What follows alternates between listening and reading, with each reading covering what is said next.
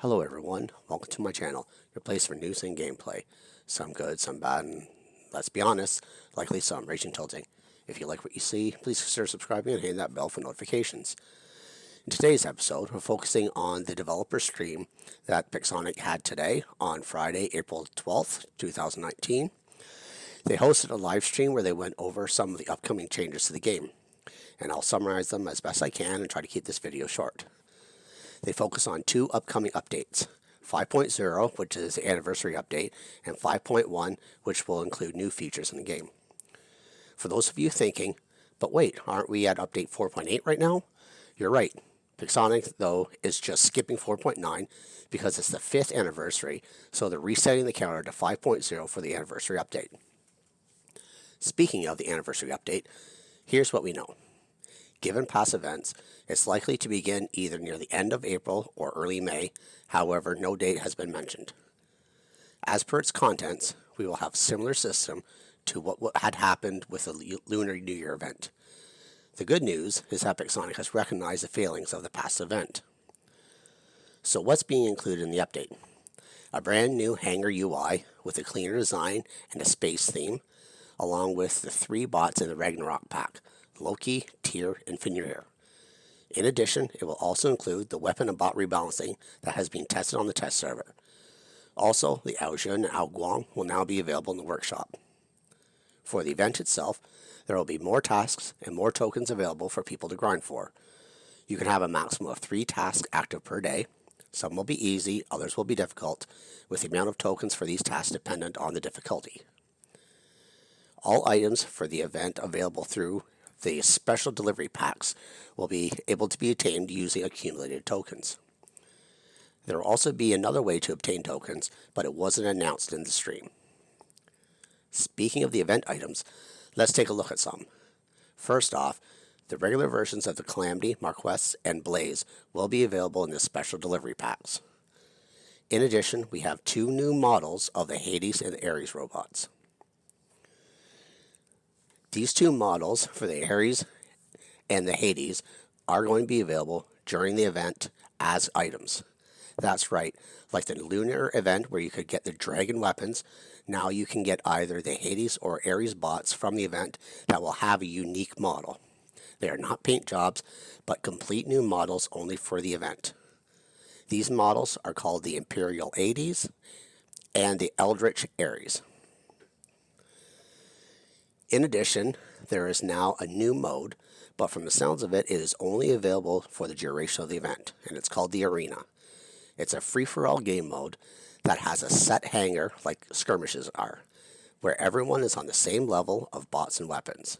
So it's supposed to be based on skill. However, to enter it, there is an entry fee that goes towards a total prize pool, which they say is a small amount of gold. So depending on how you place, it will determine how much the prize pool you get.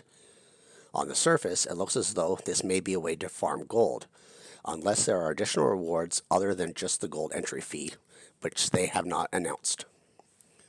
Each week, the hangar will be inspired by the various eras of war robots. The first week will focus on the old original bots from the first year of the game. These hangars will change for each year of the game for a total of approximately 5 weeks, so it looks as though the arena should be available for this total of 5 weeks for the event for 5 years of 4 robots. Now on to the update 5.1. And what comes with that is pilots. You can now obtain and assign actual pilots to your individual bots. But what does this mean? First off, it looks as though you can only have 1 pilot assigned to a single bot, although this is yet to be confirmed, but given the details, that's the way it sounds. Pilots will have skills or abilities that can be learned and can be applied to specific bots and or weapons. All pilots will start at level 1 and will be able to level up using them in combat. There was no talk if you need to use resources to level them up. For instance, if you obtain the experience, for lack of a better term, in order to take a pilot from level 1 to level 2, do you have to spend silver or gold to complete the leveling up process, or will it be automatic, kind of like the workshop levels are, where it levels up automatically over time given what you produce? I hope it's automatic, because most of us are already starved for resources. However, from this image, you'll see a promote button in the top right corner with the gold symbol. So from this image, we can deduce that it will indeed cost some kind of resources to promote a pilot, unless this button is a way that you can speed up the promotion by spending gold, like you can exist now by upgrading robots and weapons. But we don't know this at this point in time.